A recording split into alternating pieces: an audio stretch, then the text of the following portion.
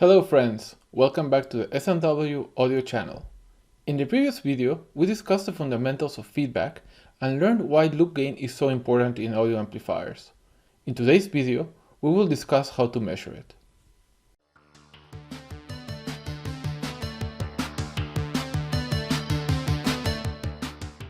In today's video, we will be covering the following topics: how to measure open loop gain, and how to measure loop gain using the large inductor method, Middlebrooks method, and Tian's method. Let's start with open loop gain. Unlike loop gain, open loop gain of an amplifier is relatively straightforward to measure. All you have to do is run a closed loop gain AC simulation and plot the intrinsic gain relationship of the amplifier, that is, AOL equals Vout divided by the differential voltage across its inputs, in other words, the inverting and non-inverting terminals of the amplifier. Sadly, open loop gain is not as nearly as important as loop gain.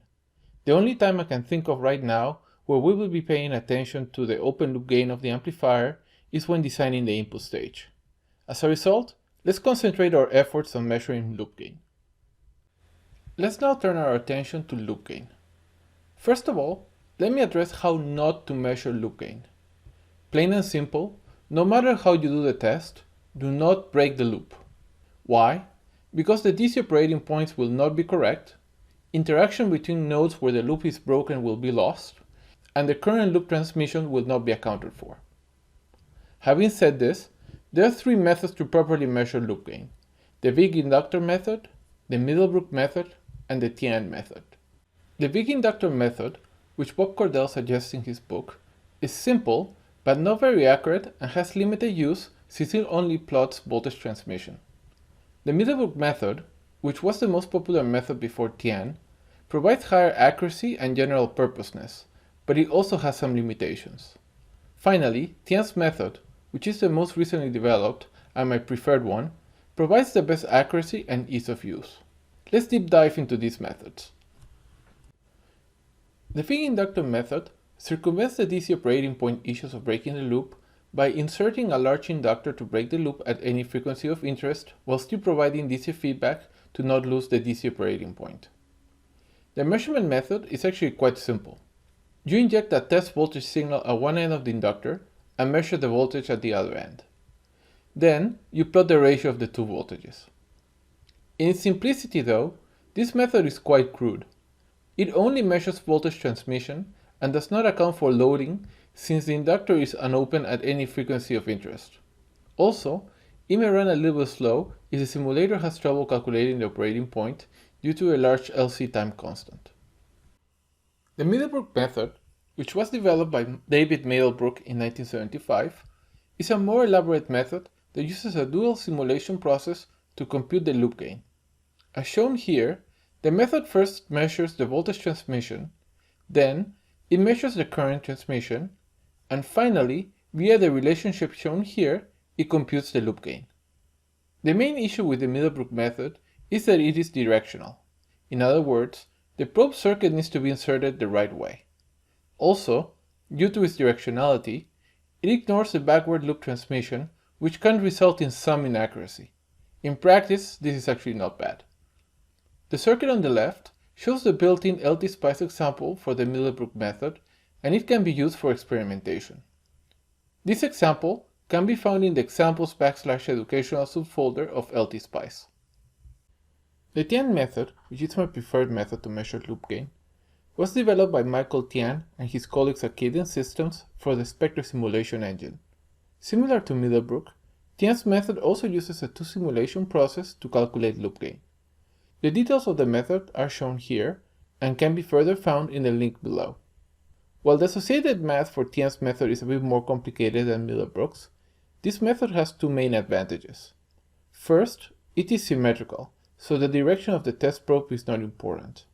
Second, it accounts for backward transmission, so its accuracy is higher. As before, the circuit on the left is the built-in LTSpice example for the Tian method, and it can also be used for experimentation. While the Tian method looks a bit daunting, it is easy to implement by following a few guidelines. First, create a loop gain probe, or you can use mine if you want, so that you can insert it to the circuit under test quickly and with little hassle. Second, add the loop gain equation to your plot definitions file to make plotting the loop gain very easy. Third, to make plotting even easier, create predefined loop gain plots. Finally, document.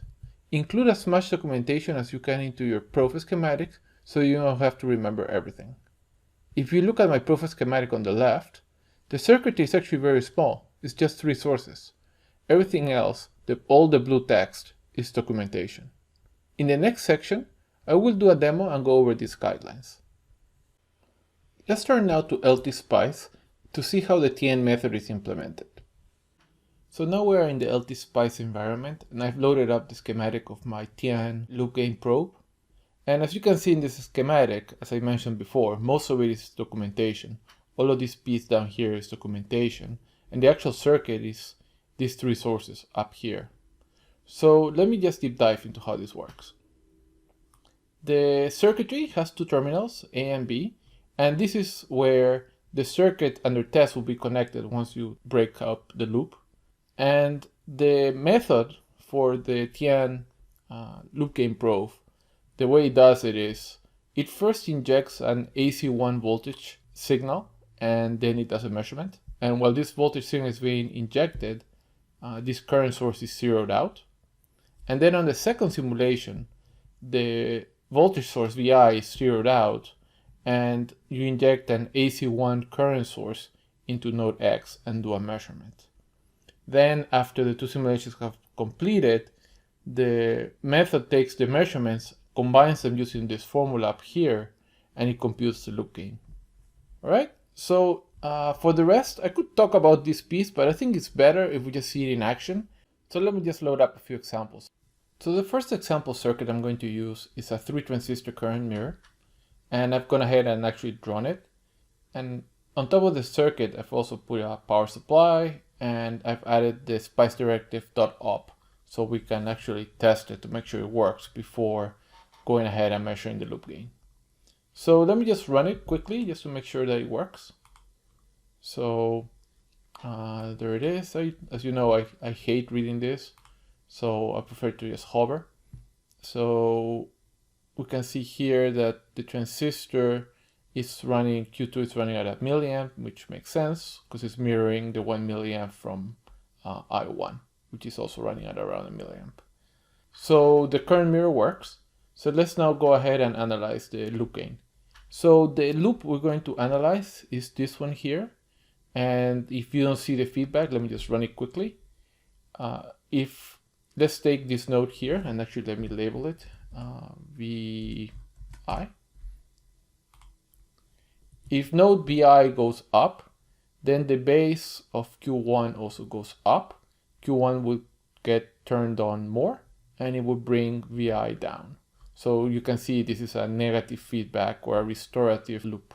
To test the loop gain, we're going to insert the loop gain probe that we just talked about a second ago. And so I just go insert device. And I've actually already made a symbol for this loop gain probe. So I'm just going to insert it. As I mentioned on the earlier slides, the Tian loop gain probe, it's not directional, so it doesn't really matter if I go ahead and put it like that, or if I actually flip it and put it like that. It's completely independent of that. So that makes actually the probe a little bit more user-friendly and a little bit foolproof. In order to use it, we're going to follow the documentation that I've added to my probe. So let's just go at it step by step. So the first thing that it says here is the top schematic subcircuit, the instance should be level LGS. And the reason for this has to do with the plotting that is going to come later. So let's do that. Also, it says if it's embedded within a circuit, then label the subcircuit XT. Actually, I have a typo there. Okay, fixed. So in this case, it's not embedded within a circuit. Actually, the probe is on the top level, so no need to do that. So it's gonna go ahead and write here LGS. Perfect. Then it says simulation nodes. So we need to add the simulation commands. So at this piece here, it says at top level set LG single equal to LG. And that's in order for the schematic to pass this variable LG single into the probe schematic. But that's actually already done in the symbol, so there's no need to do it. And I'll show you in a second what that means. So let me just go ahead and copy this piece here. Copy, okay. Go here. And back here. So let me just talk about the first piece. So if I right click the probe symbol, you see here it says params LG single equals LG. So what that is doing is any parameter defined as LG in the top level schematic is going to get passed to the variable LG single inside the box. So that's what that means. Then what we're doing here is we're setting LG 0 to start on, and then we're going to do two simulations where LG is first set to -1 and then LG is set to 1.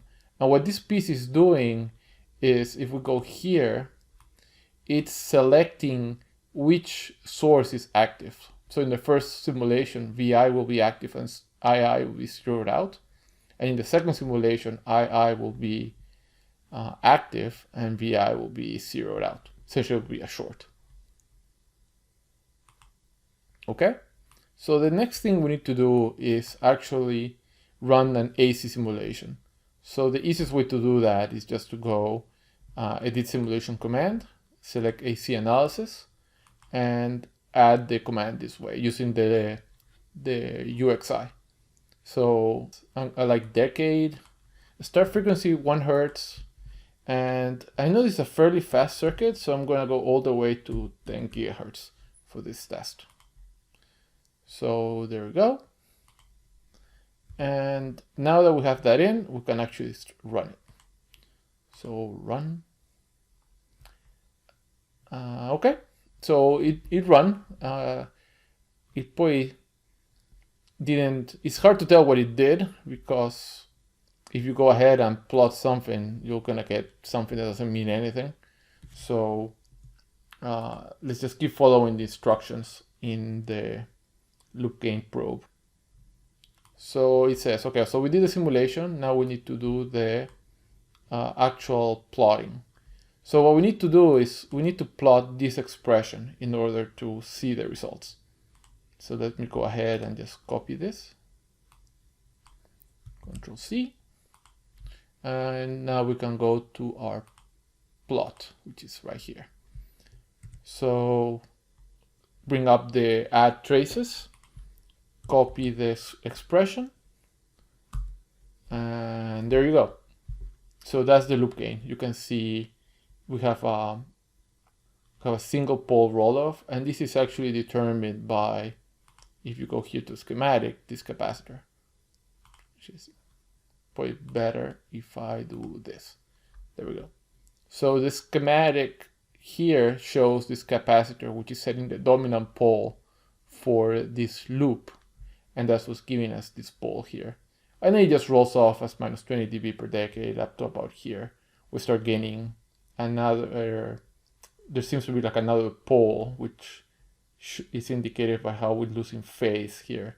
And that's the parasitic pole of the emitter of this transistor, the incremental emitter resistance, against the C-pies of these two transistors. Okay, so I usually like to arrange my plot slightly different than you see here. So the traditional way to look at body plots for loop gain is to have magnitude on the top and the phase on the bottom. So what I've done here is I added another pane and I just copied it. So now what you can do is on the top plot, right click on the phase part and just say don't plot phase. And on the bottom one, say don't plot magnitude. Okay, and now that's the traditional body plot that you'll see on textbooks. But as you can see, it's already becoming cumbersome, right? You have to go into the probe, you have to copy this expression, paste it, and separate the plots. It's just a lot of work. So the next best thing to do to save us some time is do what it says here. Defining your plot definitions file, these two functions. Okay, the first function has to do with what we're doing right now, which is when you have the probe on the top level, and the second one is when it's buried inside one level down the hierarchy, and we'll see that on my second example. In order to put these functions on your in your plot definitions file, what you would do is you just take these, copy them, then open up the plot, which is this one. And one thing to notice is pay attention to this piece here, which are the menus. When you are in a schematic, you get a set of menus. When you're on the plot, you get a different set of menus. So just watch out for that. So in order to modify your definitions file, you have to be on the plot. Then you go to plot settings, go edit plot definitions file, and you would paste it here. So that's, I already done it, so I'm not going to repaste them, but that's what you would do. Okay, so I'm just going to close that. And what's nice about that is now what I can do is I don't need these anymore. So rather than plotting that kind of fancy expression, what you have to do is just type the new function, right? And let me just do it here also. And notice that it's not even case sensitive, so it's actually very nice. Okay, so that's why having those definitions is helpful. So if you think that this is still too much work, and it is, right? Because if I delete these and I say plot LGS, actually let me just start from scratch again. Right? If I go here and I just want to plot LGS, it comes out like this. So you have to go ahead, add a pane, separate them, and in one pane say just plot the phase, in the other one say just plot the gain, and it's just a lot of work. So what you can do is you can actually arrange your plot the way you like it, and then you can save it. So let me just show you how you would do that. So if I had that, and then I say here don't plot phase, and here don't plot magnitude, I can go ahead and then say plot settings, and you can say save plot settings, and then you'll create a PLT file. So you can just create a PLT file every time you do a loop gain, and then this will come up. So let me show you how that's done, because I already have them. So I will go, in this case, plot settings, open plot settings file, and I think I have it here, projects, circuits, so LGS PLT, and there you go. It just plots the magnitude and phase the way I had it a second ago. So the way I would usually run the simulation is I run the simulation, then go to the plot and open this plot settings file that has already the plots the way I like it, and boom, already set. Okay? Now, the next step is to know what's the gain margin and the phase margin, and that's where things, you can do it in multiple ways. One way is you can eyeball it, so you can say, well, 0 is about there, and then we just go vertically down, so we have about 90 degrees phase margin. So that's one way. The other way is to use the cursors. So you can just move the cursors there just by following here. And that will tell you, okay, the phase at roughly 0 dB is minus 90. So we have about 89.4 degrees of phase margin. And then you can do the same for the gain margin. Or alternatively, we can just keep following what the documentation here says, and we can actually have LTSpice do the measurements for us. And to do that, we just need to add these two commands here. So let me just copy them. So Control C here. And you can put it down here. And let me just do the same for the other one. So for gain margin, just copy that.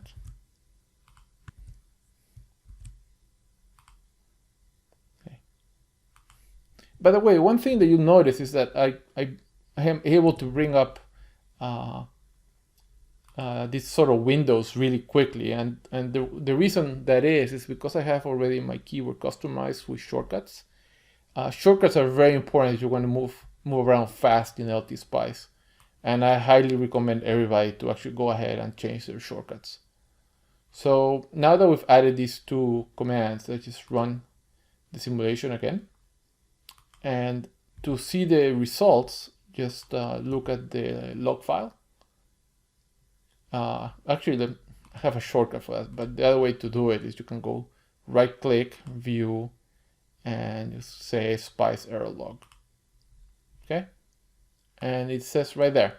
So phase margin is actually not this. This is actually the phase at unity gain. So it's 180 plus this number. So it'll be 180 minus 90.669. So the phase margin is about 89.3 degrees. And the gain margin is the one here at the bottom, which is when the phase is minus 180 degrees or thereabouts, the gain is minus 39.7 dB. Okay? So, and we can confirm that by looking at here. So when it's minus 180, which is this point here, and we go up, we see that the gain is about minus 40 dB, so that's a gain margin of about 40 dB. So that's it. I know I went a little bit quickly, but you can actually go back in the video and pause it and see what I did. But that's how I would test loop gain when the loop gain probe is on the top level schematic. So the next example is when the loop gain probe is buried inside a bigger circuit, so it's sort of like one level down. And you'll see that the mechanics are incredibly similar. So for my second example, we're going to be measuring the loop gain of the Honey Badger amplifier. And in this case, the loop gain probe is going to be inside the schematic of the amplifier. So it's not going to be sitting on the top level. So I've already gone ahead and drawn the schematic, as you can see here. And I've also copied the commands that we're going to be using to do the simulation. So these are the same as the ones that we used before. So let's go ahead and go inside the schematic of the amplifier and add the loop gain probe. So for location, I usually like to put the probe in series with the inverting terminal of the amplifier, in this case here BN.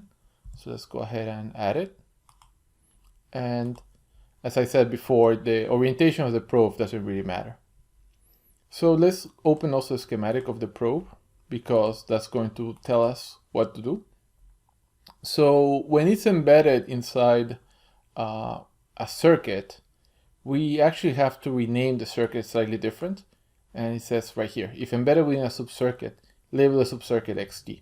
So we'll do that in a second. And also we need to label the probe with the name LGS. So let's go ahead and do that. So first one, this one needs to be called LGS. And here, this needs to be labeled XT. And again, the reason for this is has to do entirely for plotting reasons.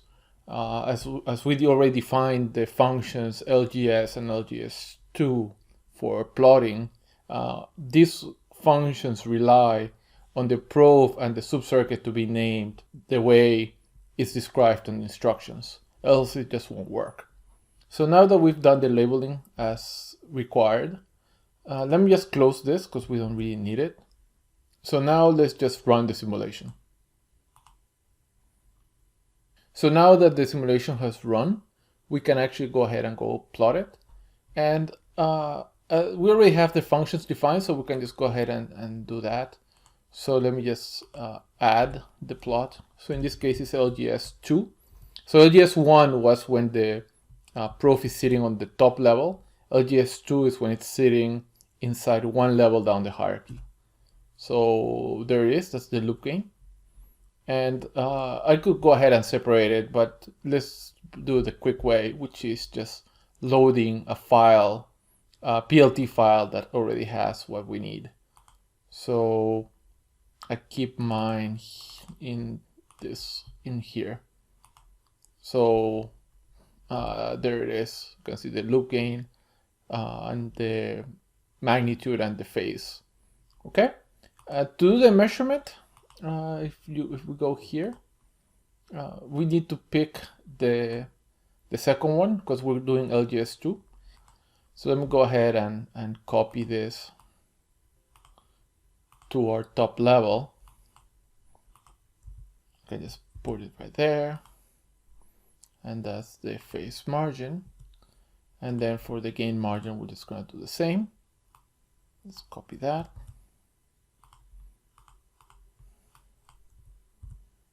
And copy it here. And then we just run it.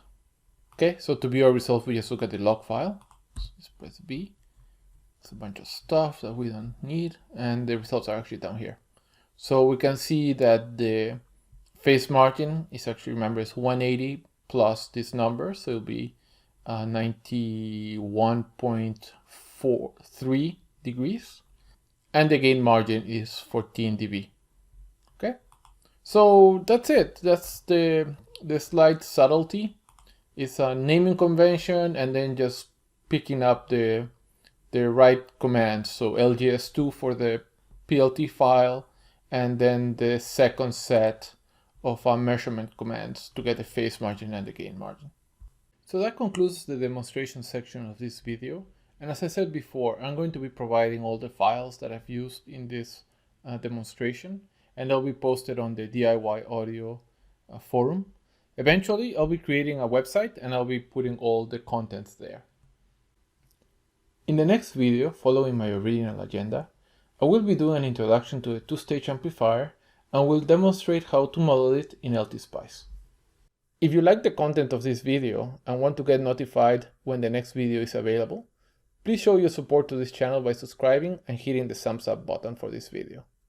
Thanks for watching. Until next time, goodbye friends.